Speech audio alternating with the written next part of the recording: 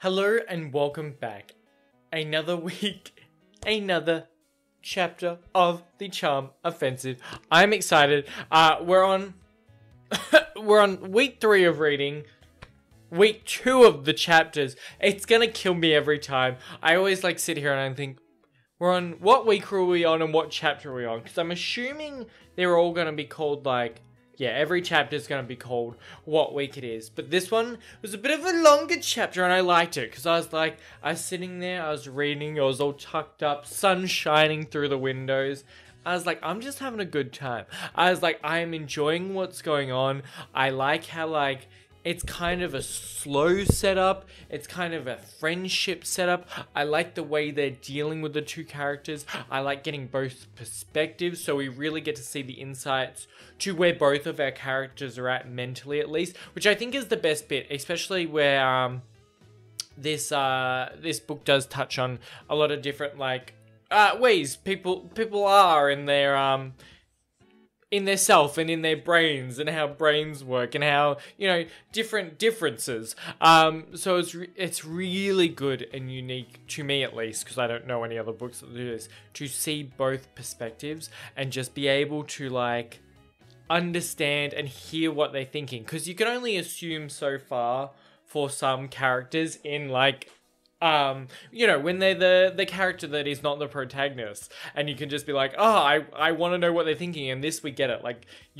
We started with Dev, so in a way, Dev is the main character to me, but then you get Charlie's perspective, and you're like, thank God, I know what he's thinking, and I feel like you get so much more out of it too, because I can figure out what's going on. He's telling us what's going on, which is absolutely fantastic. But without further ado, I think we should get into it. Like and subscribe, that would be absolutely fantastic. And let's get into week 2.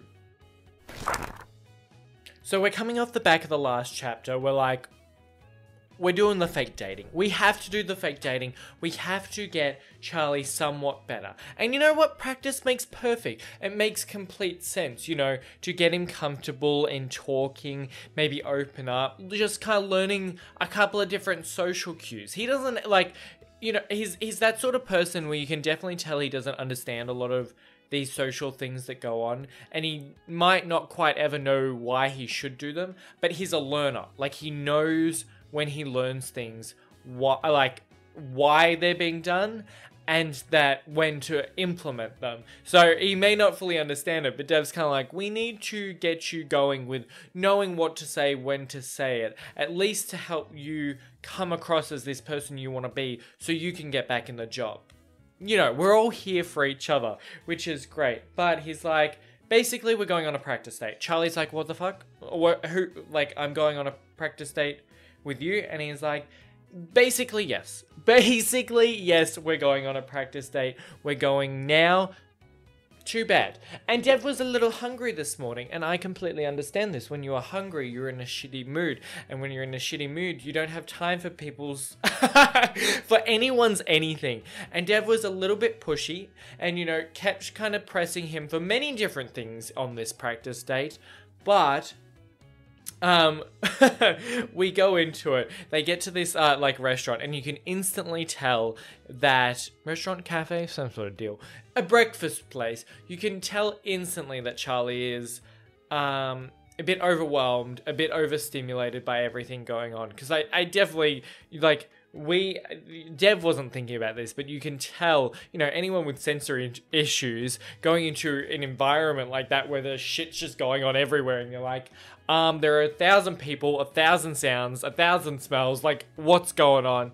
It was a bit much for him, but they sit down, Charlie's doing the best he can, and it's really funny, and it isn't maybe the most interesting bit that I circled, but I had to, put it down. They, we're oh, we won't get recognized here, and the waiter comes over, and he looks at Charlie, and they're he didn't recognize him because they're not the demo, but this waiter looks at Charlie, and he's awestruck by how attractive he is. And this really sets it up from an outside perspective, not from anything Dev has told us, and Charlie hasn't been boasting about his good looks. But the waiter was described as, a standoff, kind of your normal standoffish person, and then you see this bit where he's like, oh, like, you know, my fork's, Charlie said something about his fork being dirty, and the waiter says, oh my god, I'm so sorry, I'll take care of that immediately. And this is what is really interesting, just in a general sense, but also happens in this book.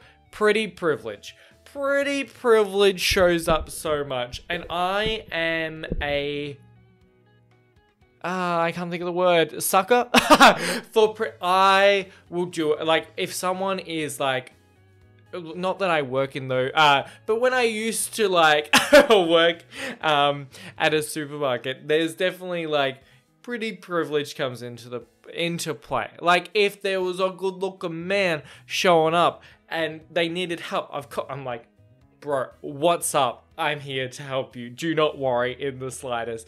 And it's just, so, you know I contribute to that culture, but it was just so funny to see it laid out, and the fact that Charlie doesn't really understand, like, he doesn't know what's going on, but Dev clocks it straight away. He's like, yes, that is the most attractive man anyone has ever seen, and to just frame it up to be like, wow, he's that attractive. I don't even, like, Dev in my mind, I have kind of like an image of, I can place it, but the way Charlie is described, I can't formulate a character. Like, he's just like this beyond good looking person. I don't really have, he's kind of just like a hot blob in my mind. He doesn't have form. Like, when they talk about, like, you know, his abs or his arms, they kind of develop, but he's just kind of like fuzzy, you know what I mean? He doesn't exist in an actual state, where Dev, I know what Dev looks like in my mind. I don't know if anyone does this, but my mind hasn't settled on an image for Charlie.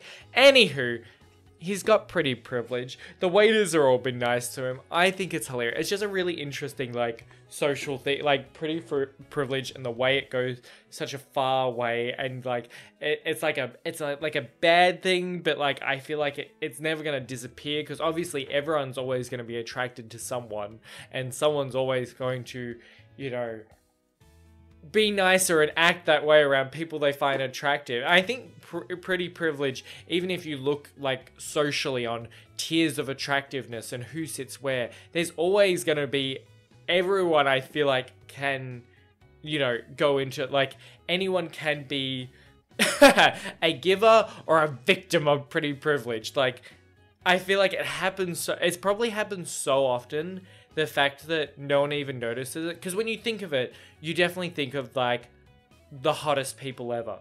But I reckon it happens, like, to everyone without people, like, even knowing, or, like, it just happens. You know what I mean? Like, sometimes you can have, like, I don't know. It's just a very, like, socially, we've gone down a whole rabbit hole here. But to me, it is such an interesting, like, it can definitely, I would love to do a study on some pretty privilege. It's just a fun thing to think about, and how crazy and how much you can go into it, and how far, you know. I'm not going to keep rabbit holing myself, but we get back to their fake date. Dev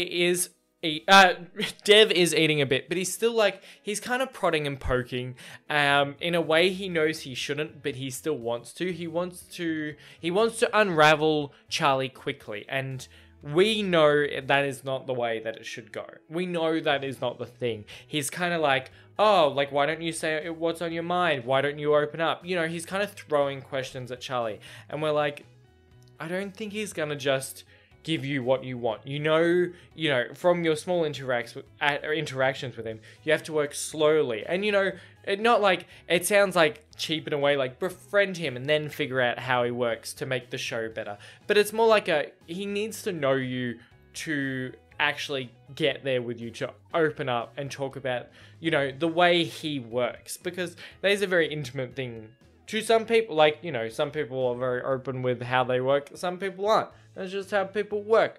I'm like, how do I feel like sometimes I'm too much of an oversharer. There is also, I definitely am some sort of an oversharer to post different feelings and thoughts on the internet. Especially if you watch any of the movie or TV reactions when I just cry my eyes out. That's definitely some sort of oversharing in a way that's, like, personal. But we have a fun community here. I love it. You know what? To be fair, I am on the side tangents today. I'm sorry, but we're here for it. I think it is so fun. Does this sound like I love a reaction. I love watching different reaction content, books, TV, movies. I love watching people cry to things. Not like out of sadness, but when it's a movie, it's not something that has been like horribly happened to someone. When it's, a thing from a movie or a TV show that like gets people overwhelmed. I love watching people cry. I think it's like I don't know, there's something to know someone is so invested and emotional in something. I love it. A couple of like my favorite reactors, one of them, she cries a lot and I love it. Every time I'm just like, it's fantastic. And my side note, I don't even know how we got here, but anywho, any of the reactions where I cry, I think are some of my favorite personally. I think when I watch back and I watch it, either I get emotional again while I'm editing, or I'll absolutely laugh at myself. I think it's so funny. I don't think it's bad to share crying. That's not why I'm laughing. I just enjoy it so much. I'm like, you were so fucking emotional. I think that's the best. I know how invested you were because I'm allowed to bully myself. And I'm just like, wow, you were in that movie. I just think it's so fun. Anywho, any of my crying reactions, anyone that I've cried, it's a good one. Make sure you note it down. Well, I guess it's hard to figure out which ones I cry in, but there's been a lot recently. Just watch everything I put out. Anywho, we get back into the chapter. So basically, Dev keeps pushing for different things. We're hitting buttons that maybe we shouldn't be, but we've covered why Dev shouldn't and how we should deal with it. But he kind of starts figuring it out himself, and he starts with you hate eating at restaurants, don't you? Dev asks gently. I don't hate it, Charlie starts unconvincingly, beads of sweat gathering around his hairline. But it can be a bit tricky for me on bad days. Days when I'm already anxious. And he was anxious about going on this little fake date. I love how much he cares about certain things. You can tell in a way that he is, like, he knows Dev kind of at the core, and he gets to know him better, but I think he knows he's doing it for him, so he's anxious about doing well on this date, and he's like, just stop. I'll just read this bit because I was just about to mimic it. No self-censoring, no worrying about saying the wrong thing, no overthinking it, Dev orders. Just say what's on your mind in the exact instant. You're overthinking. Charlie makes sudden, unexpected eye contact, and Dev forgets his previous commitment to only staring at Charlie's ear. He's now confronted with the whole image of Charlie's face. The stormy grey eyes and the faint bruising and the blonde curls and the chin dimple. And it's a lot, and Charlie keeps staring at him. And when Charlie opens his mouth, Dev feels something drop in his lower stomach. You have hollandaise sauce all over your face, Charlie blurts. The tension in Dev's chest uncoils. Well, he says, reaching for a napkin. I guess that's a start. Oh, it's just like such a cute, like, I feel like things can be cute in a multitude of ways. It is a cute in like a relationship way because we obviously expect them to get together, but it's also cute in like a friend way. It's just like fun, like banter, just like new friends too, not saying the wrong thing. He's like a bit worried. He's also like guts in his stomach because he's attractive, but also he's like, fuck, have I fucked up? And then he's like, you look like a fucking mess. Sorry about it. And you know that Charlie's been thinking about that literally non-stop because we know Charlie's gonna, a person who gets fixated on these small things, whether he wants to or not, but you can tell by the way he explains things, he gets focused, and he was definitely focused on the hollandaise sauce all over his mouth. But they get back to the villa or whatever it's called, the place where they're staying, and Dev's kind of like, what do you want to do? Like, what's your vibe? And he's kind of like, puzzle time. Puzzle time, bitch. What do I want to do? Watch nerdy sci-fi shows and build puzzles. And I'm like, Charlie, where do I sign up? Fuck Dev, I will be your boyfriend. Because, that sounds great. Also, a person like Charlie seems ideal to me. This is so bad. Beautiful, stock standard.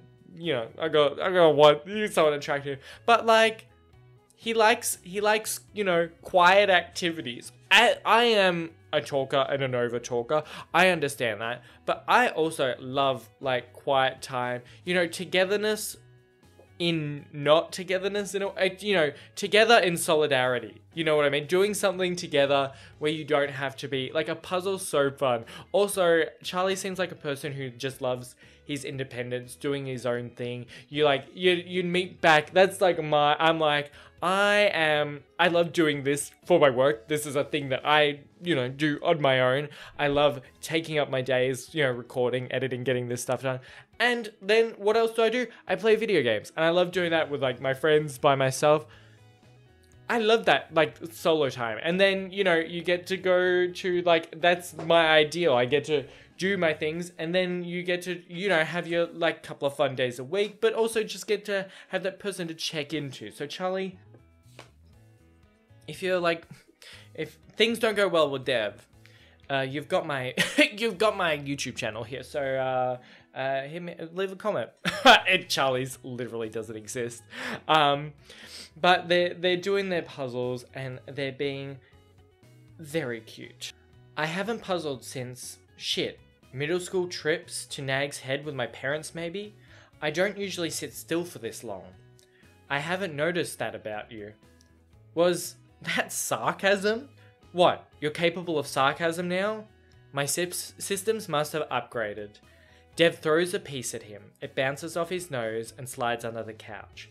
I swear, if we get to the end of this 1,000-piece puzzle and we're missing one, I'll get it. Dev crawls across the floor, twists his body, and sticks his arm under the couch. His black t-shirt rides up to reveal his dark brown stomach. A trail of black hair disappears into the waistband of his cargo shorts. Interesting. Now, this is something that I circled because it comes back up, and I find it a very interesting thing, because I don't know. This could be something that happens, and I don't know. As a man who likes men, when men do things, and you're, like, somewhat attracted to them, whether you know it or not, you notice these things. Like, you notice, what they do, how they do it. You can be like, like, if they reach for something, you could see a bit of midriff. You look at a bicep every now and then. I'm a simple guy. I've got eyes, I like to look. But I don't think straight men would do that. You know what I mean? And Charlie could be whatever he wants. Are we vibing on bisexual? We're vibing on gay? We don't know. We don't know until he tells us. So we're assuming nothing. Well, we're assuming a little bit because I just can't tell. I don't think straight men would notice that. Like, it's said in a very specific way of, he notices his shirt right up. He notices his skin. It's not even like, oh, his shirt, like, I feel like if it was nothing, it'd be like his shirt, like, flopped up, or like, his shirt, it would be something very, but to say it like, rides up to reveal, like, his dark brown stomach, and then the trail of black hair disappearing into his waistband, like, something you could follow. Eyes, like, are very calculated. He's noticing things. It's very, he's not a calculated person.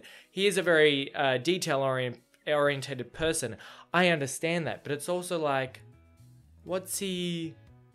you're just like, it's so interesting that he notices all these details. I don't know, generally, maybe it's a normal thing, but I feel like, would a straight man notice these details about another man? I don't know, because it comes back, and we'll get to them. Hopefully I've circled most of them, but I think it comes up another couple of times in these chapters. Okay, we've got a big sorry?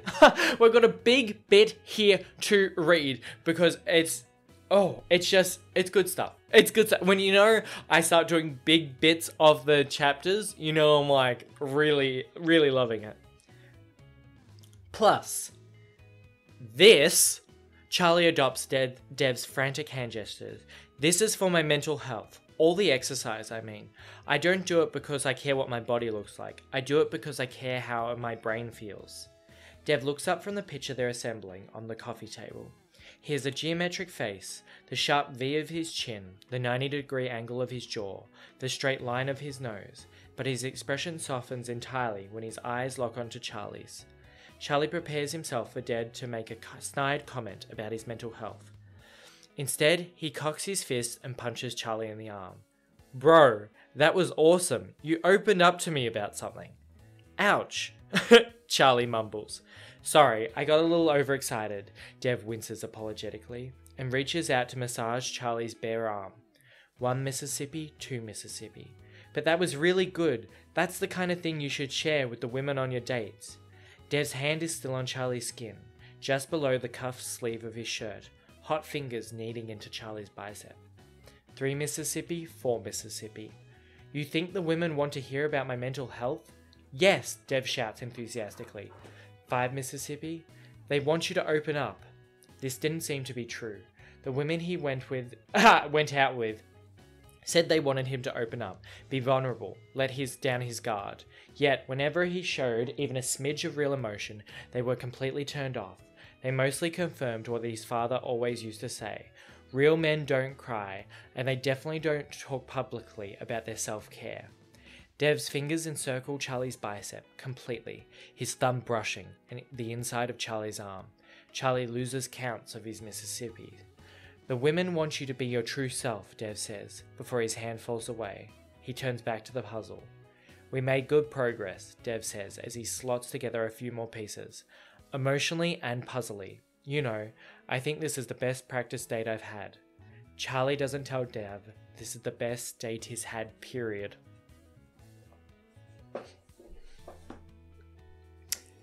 The best bit about that, and the thing I love the most, is obviously we know Charlie has a couple of sensory issues and he doesn't like to be touched.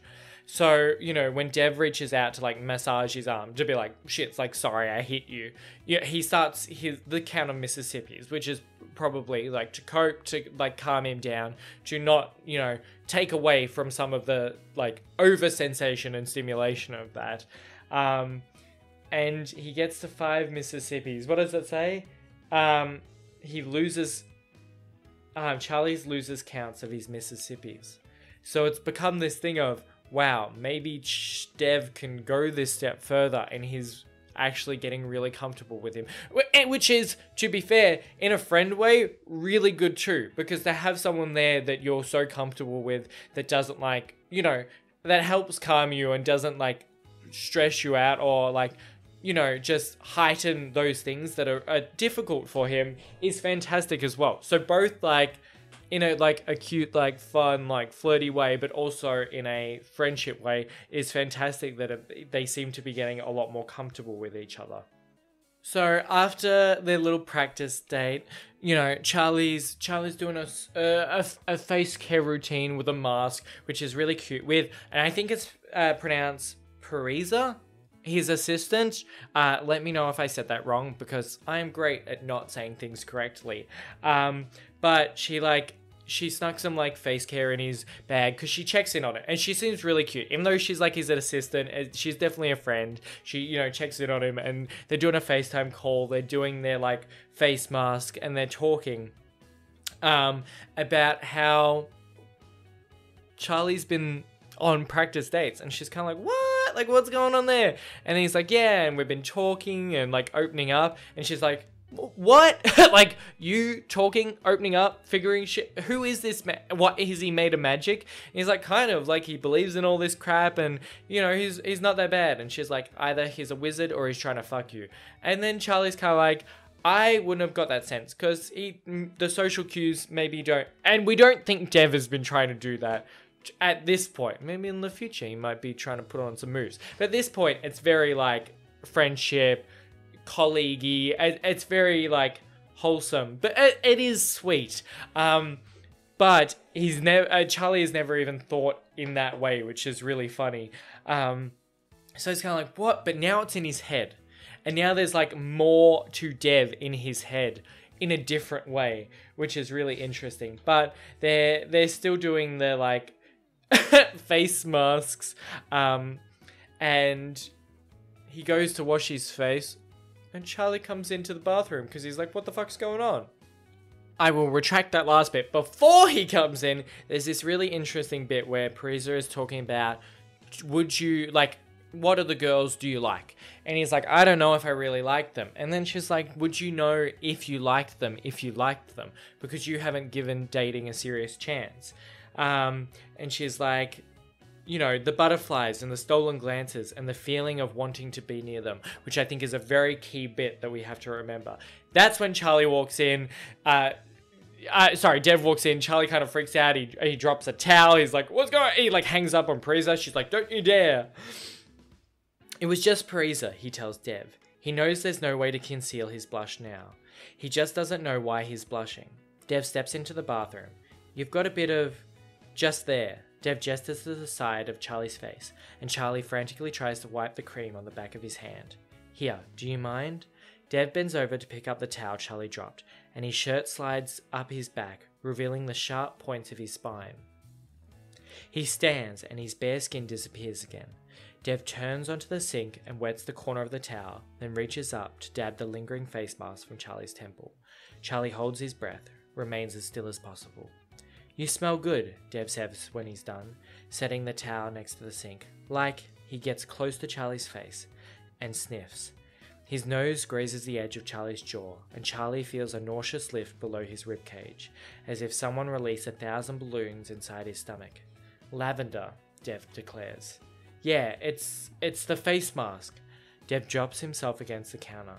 So, you were great today on the group quest, and I almost believe you were into it when you flirted with Megan. Almost, Charlie says, staring down at his socks. Almost. He glances up to see Dev smiling at him. Balloons again. Oh my god. I will stop it there, but I just like the way he's like, what is this feeling? Like, are balloons in my stomach? I'm like, that is nausea. And nausea comes and goes, but it definitely can be like, nausea can be excitement from seeing someone you like. I think that's like a funny and cute and good feeling, like, of getting like nauseous before a date, especially when it's like nauseous before a first date is a different sort of nauseous, because you're like, I feel gross because I don't know what this is going to be like. Nauseous on a second or third date when you've seen them before and you're like, I'm kind of excited about this, but I feel sick and nervous, but it's nervous because I'm excited. And maybe Charlie is experiencing some of that. He's like, why am I excited to see Dev so much or to be around him? Because as Parisa said, he might not notice the signs or doesn't know the signs of when he's actually into someone. So I'll summarize what happened. Basically, I love how I say that, like, we haven't both read what's going on, but, you know, Charlie goes on his dates, Dev's watching over him, he's dealing, you know, he's doing a lot better, Charlie, he's opening up a little, he's talking to people, he's connecting, he goes on the date with, I'm pretty sure it was Daphne, possibly, and has a good time, and they're talking, and they're being cute, and they're really enjoying, like, everyone on the production team's like, it's kind of doing well, and we're kind of enjoying what's going on. Like, Dev's doing a good time. Then, you know, he's trying to ask these questions. He's doing well. But she asked a question about, like, what he looks for in a woman. And Charlie was kind of like, fuck, I don't know what's going on. He quickly says something about making puzzles. He makes a bit of a fool of himself.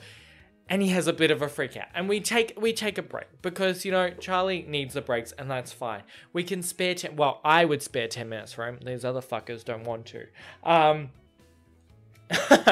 But we get outside, and Dev sits down on the bench next to him.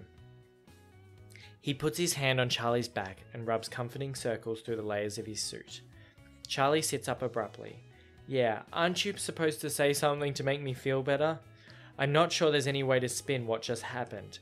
I can't believe you said puzzling.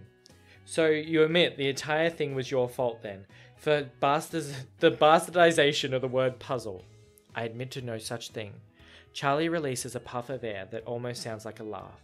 Dev keeps rubbing his back. Do you think Daphne hates me now? He asked, like he cares about the answer. Like he cares about Daphne?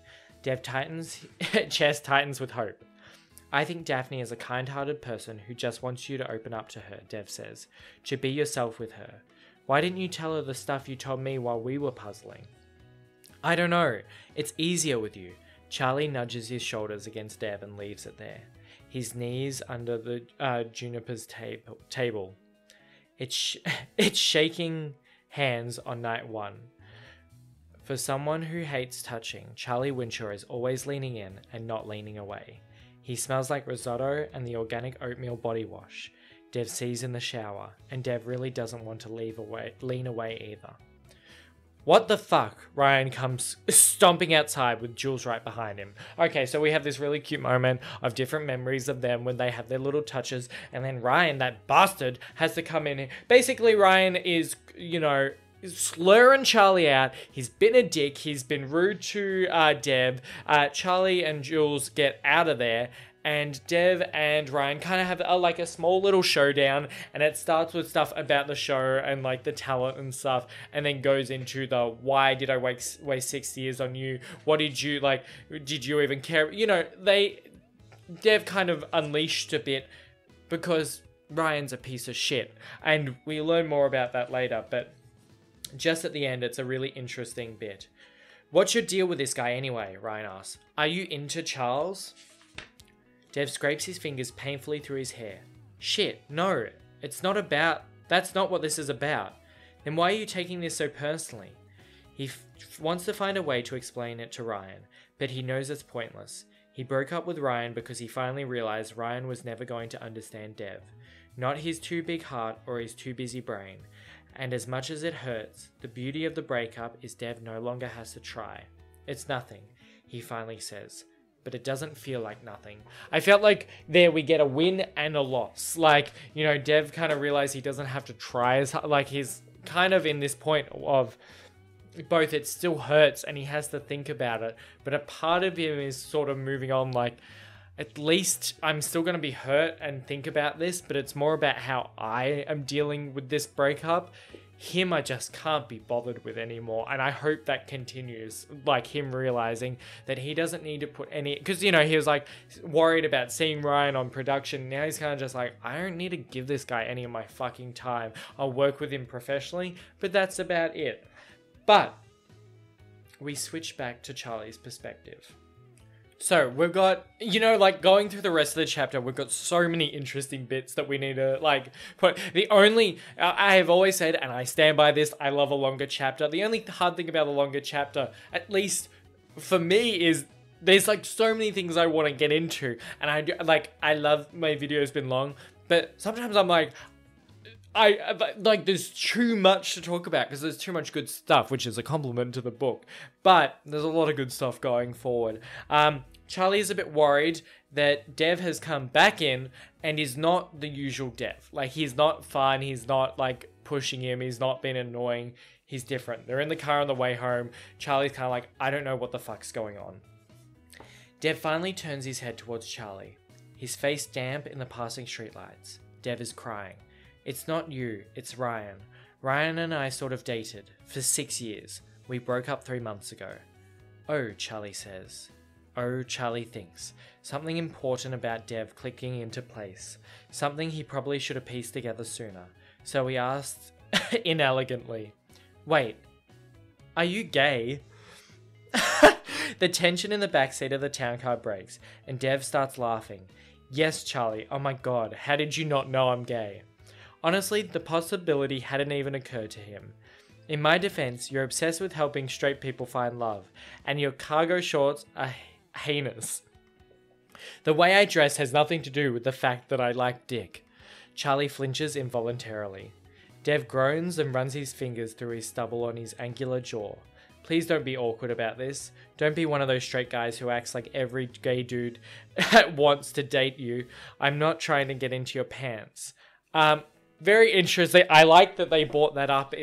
The relationship between straight men and gay men can be very, I don't know. And I'm an overthinker, so maybe that is a part of me overthinking things. But, there's always going to be, some, overthinking on both parts. And I say this as having probably the majority of my good friends as straight men. They're a handful, I'll tell you that right now. But you've always got this weird it's not an underlying thing of because it's never gonna happen. They're straight, but you have this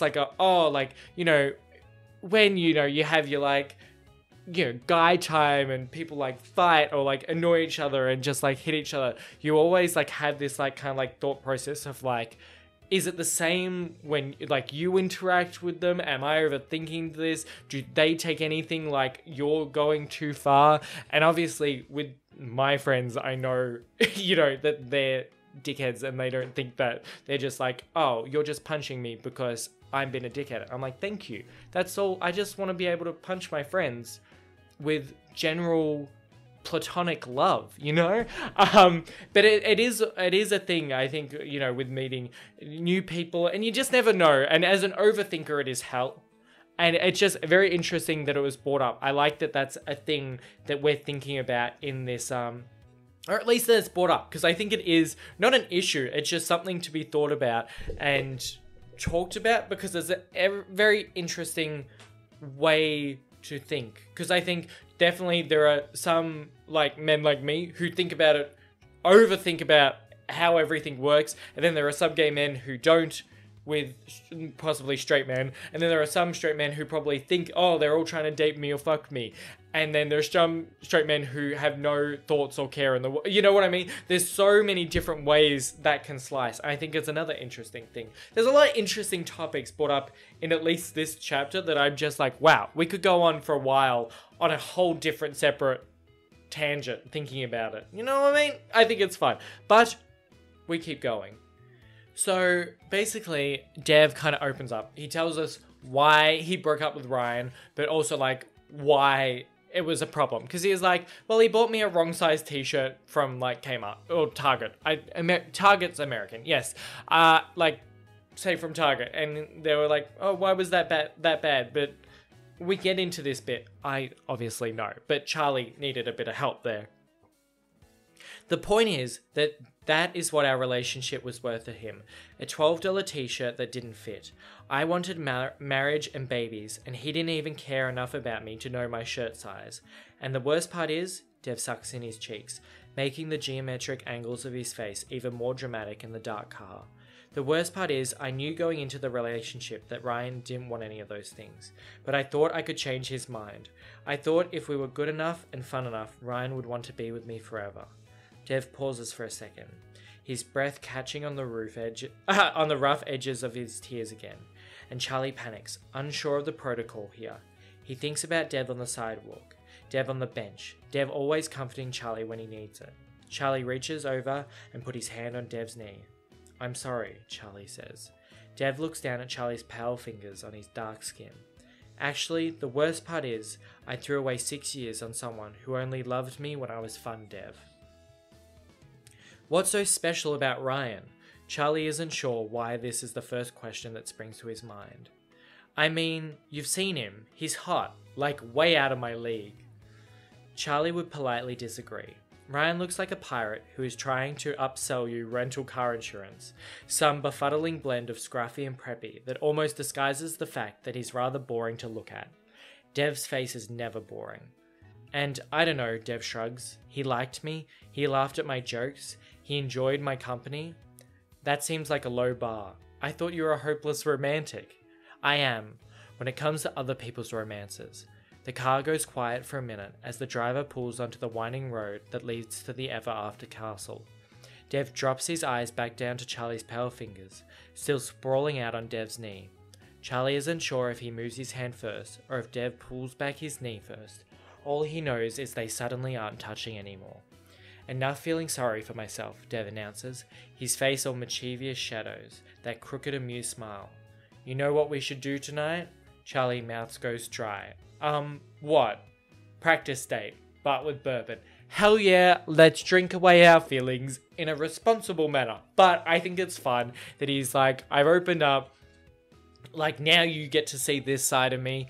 And we hope in a way this makes him more comfortable with Dev, because Dev is they've gone from definitely like colleagues that are it's like hard to be like they're working together because like Charlie's not getting paid for it, but they're working together and they're like kind of friends, but this kind of cements that they have a friendship. Like they're opening up about things, they're seeing each other on like days, it's good and it's sweet in a completely It is in a platonic way. It goes a little bit further, but it still has that, it's like base essence, which I think is good because, you know, friends before lovers, I think is a cute, like, I don't think it's a rule, but I think it's a cute thing because you want to, like, know the person. So they get inside, they start having a drink. They're a bit awkward sometimes, you know, they don't know what to talk about, but Dev, like Charlie asks and Dev start talking about like what got him into like Ever After, and he's like, I loved being a filmmaker and like doing film stuff, and he's like talking about how his parents used to really nurture those gifts and like hope he goes into the, like they drive him to like film camps and like an art school, and this is what Charlie notes. Dev smiles, but it's not his usual amused grin, twisting the corners of his mouth. His smile is larger and fuller, realer maybe, causing ripples on either side of his lips, a dozen parabolas stretching up to his ears. My parents used to host these premieres every time I finished making a movie. I don't know, writing for movies and television is all I ever wanted. So you decided to work in unscripted television? Which is like a really funny bit. But Dev goes on to talk about how he still writes and he still makes scripts. And he, you know, like every person in LA, I'm pretty sure they're in, or in California, he has a script on him. Can I read it? Read what? Your script. Dev pushes his glasses up to the bridge of his nose with 2 fingers. Why would you want to read it? Because you wrote it. Dev adjusts his glasses again, and Charlie realizes it's a nervous gesture. Dev is nervous. Dev, who is always so confident, so charming, so extroverted, is nervous at the thought of letting Charlie read his work. I don't have a printed copy of the script. I can read things digitally. Dev squirms. It's super personal. The script is a lot of me. It's like all of me. I put all of myself into it, and if you hated it, it would be like... Charlie isn't sure what to do with the knowledge that Dev cares what he thinks of him. I won't hate it. Oh, it's so cute that I feel like Charlie, like, obviously we want them to get into a relationship, but Charlie is really developing a friendship here. Like, he's probably figuring a lot of things out. Maybe he knows all these things and we don't know yet, but at the core of it, Charlie's really getting a friend, because Dev seems to have friends. He's talked about birthday parties and, you know, he has the people on the set and a lot of... Charlie hasn't really talked much about like friends, because he keeps saying he's, you know, awkward and people don't like these things, and it's lovely to see the friendship developing. It could be a friendship novel and I think I'd still be really happy. I still want them to get in a relationship, yes, but I love this, you know, what they're doing here. So he sends it through by email, and like Charlie gets it on his phone. No, don't read it now. Don't read it in front of me. Dev lunges dramatically to shove Charlie's phone aside. Dev's hand brushes Charlie's hand, then his thigh brushes Charlie's knee on the stool, and they're touching in so many places. Charlie doesn't know what to do. Dev stands between Charlie's open legs, hovering over him, dark brown eyes and body heat, and that distinctive Dev smell. Something churns in Charlie's lower stomach. Panic, probably from the closeness, from the touching. He doesn't like touching, and he definitely doesn't like the feeling of Dev's entire body pressing against him. Charlie's skin is on fire. Dev finally pulls away. Sorry, he mumbles, his eyes on the bourbon, and he says he takes an unsteady sip, spilling some down the front of his white shirt. In an instant, Charlie's brain does an impressive 180, no longer able to panic about the touching, now fully panicking about the stain. And we'll get... I'm like, I know the stain really takes center focus, so we're going to go straight into... keep going into this bit. Basically, Dev keeps talking, and all Charlie can think of. Stain, stain, stain! If he doesn't do something about it right now, he'll peel off his own skin. Without thinking, he reaches out for the bottom of Dev's white t-shirt and pulls. Take your shirt off! Oh my god. It isn't until Charlie has filled a bowl with warm water and dish soap that Dev realizes what's going on. It's just a shirt, Charlie. They come in Costco 3-packs. Don't stress about it. I can't just not stress about it. Charlie's fists slam onto the countertop. and my mind doesn't work that way. So we get a first bit of like, oh, Dev has to realize that this is like a serious thing for Charlie. It's something that he can't not focus on. Okay, he says quietly, we'll soak the shirt. Dev pulls the t-shirt up over his head, and Charlie's eyes travel the distance between his clavicle and his hip bones before they fixate themselves back on the bowl of soapy water. We should soak it for 15 minutes. Charlie sets a timer on his phone and then puts it in the wash. Okay, Dev says again. He knows the signs of Charlie's anxiety now. The way his shoulders rise up to his ears, the way his eyebrows compress together, his mouth a painful grimace, his eyes hazy. Dev starts tapping the pattern over and over again with 2 fingers into Charlie's shoulders. Charlie watches Dev's fingers. How do you... He seizes an awkward breath. It's Morse code for calm.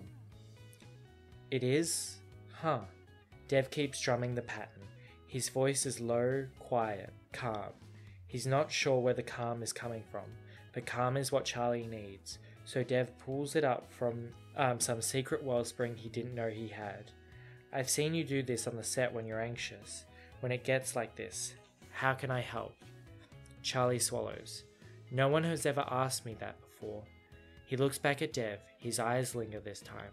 They're close enough for Dev to smell his oatmeal body wash and feel the way Charlie tenses. Tightens a bit beneath Dev's fingers. Dev is always so careful not to look at Charlie fully, but Charlie's right there, in freckle counting range, letting Dev help him through this, and Dev is overwhelmed by how desperately he wants to help. Take your deep breaths, Dev whispers. Charlie takes 3 breaths. Always exactly 3. Whatever he needs to calm down, and he takes a shaky one now and holds it in. Exhale, Charlie does, and they're so close, Charlie's breath is humid against Dev's throat. Again. Charlie takes another, slow, painful breath, and Charlie sees a strain against the buttons on Charlie's shirt. Last one. Charlie takes his 3rd breath, deep and clear, and Dev slips his fingers into Charlie's hair as he waits for an exhale. He teases apart Charlie's thick blonde curls, massaging his scalp. In this moment, it feels like Charlie is wide open for him. A week of puzzles, pieces, sci-fi shows, and the smallest hints of hard childhood. But at 2 in the morning in the guest house kitchen, it almost feels like he's glimpsing Charlie Widshaw in his full entirety. Anxious and obsessive, and still so fucking beautiful. Leaning into Dev like there's some secret part of Charlie that wants to let people in but doesn't know how. I'm sorry I'm such a burden. That word opens a fissure inside Dev's chest. Burden. The way he felt as a kid every time his mum got off work early to take him to therapy. The way he felt every time his dad just wanted to spend a fun Saturday together, but he was too restless or too lethargic, too loud or too quiet, spontaneously crying in front of the Rodin sculpture at the North Carolina Museum of Art. The way he felt every time they sat him down and begged him just to tell them what was wrong. And even though he loved words, loved using words to build stories and escape hatches from the real world, he could never find the right ones to help his parents understand his heart and his mind. You're not a burden, Charlie. Let me take care of you. It's my job. For one more second, he does. Charlie exhales and arches into Dev's hand. Just as quickly, he pulls away, tripping into the cabinets behind him. Are you okay? Yes. No, that helped, so... Thank you, but I should... Bed. What about the shirt? Dev points to the bowl on the counter, but Charlie's already out of the kitchen, rushing into his bedroom. Dev stands there staring at the closed door for a long time, after Charlie locked his way behind it. Wow. That is, like, it was a big bit to read, but we had to read it because it was so freaking it just said, it's such like an interesting part to learn about the way like both their brains work, what they could do for each other, how they could, fill these voids and help each other. It's just very good to have that kind of written out to figure out how their minds work. It was just a beautiful way of like figuring this out and seeing how they can relate to each other and relate in ways that they might not know. And then we switch back to Charlie's perspective, And we just get more good stuff, and I'll go into it before we end off the chapter. So it seems like Charlie was very disappointed in like his outburst, his little explosion, and we can tell that Dev understands it, but Charlie doesn't, and he's freaking out. He's kind of like very worried that Dev's going to treat him differently, because he's like, everyone always does. After this happens, like, no one understands, and everyone just, you know, treats you like someone that you weren't before. So he comes in, out, finally into the kitchen after delaying it. And Dev's fucking standing there dancing, making breakfast, acting like normal Dev. And, you know, he, like, makes him pancakes, like, I think it was, like, gluten-free and vegan. And Charlie's kind of like, what the fuck's going on? And he's like, here's pancakes. They might give you food poisoning. Dev laughs and Charlie stares at his mouth. He doesn't understand what's happening. Why isn't Dev being awkward around him, like his colleagues at Winhan used to after an episode, avoiding eye contact like they were embarrassed for him? Which is just, it hurt so much to hear that, because, like, one explosion or even many is not, like, a person make. You know what I mean? That is not the be-all or end-all to someone's character. Sometimes people, like, whether you know, whatever, like, sort of things you've got going on in your mind and body, no one thing kind of defines you like that, you know. Sometimes people just have a bad day, whether it's, you know, exacerbated by what's going on in your mind or what's going on in your body, or just general, like, outside stimulus. Shit can just happen, and I feel like, yeah, some people, you know, and granted, Dev can be very good with this. Dev understands this. You know, it can be all talk until it happens to you. It can be very confronting, and I don't think it's blamed, but I feel like people need to learn more about it. That's why, like, a book like this is good. It doesn't give me all the understanding or teaching of what to do, but it does make me think about, like, situations where I'm like, well, maybe now, if something like that happened, I would be more, like, equipped for it. So it's like a good, you know, thing to, like, understand the way someone else thinks like that. Charlie hasn't met many people like this. People who don't make assumptions about you when they discover your brain doesn't work like theirs. People who don't judge you. People who simply stay with you and ask what they can do to help. People who trustingly hand you all of themselves in a PDF form. You're staring at me. Do I have something on my face? Literally always, Charlie says, and Dev laughs again, louder this time. Charlie feels the sound unlocking all his twisted fears. I have OCD, he says before he can't. Dev props an elbow on the countertop and leans into his hand. Okay. Real OCD, not the thing where people think it's cute that they're anal about organizing their pen cup.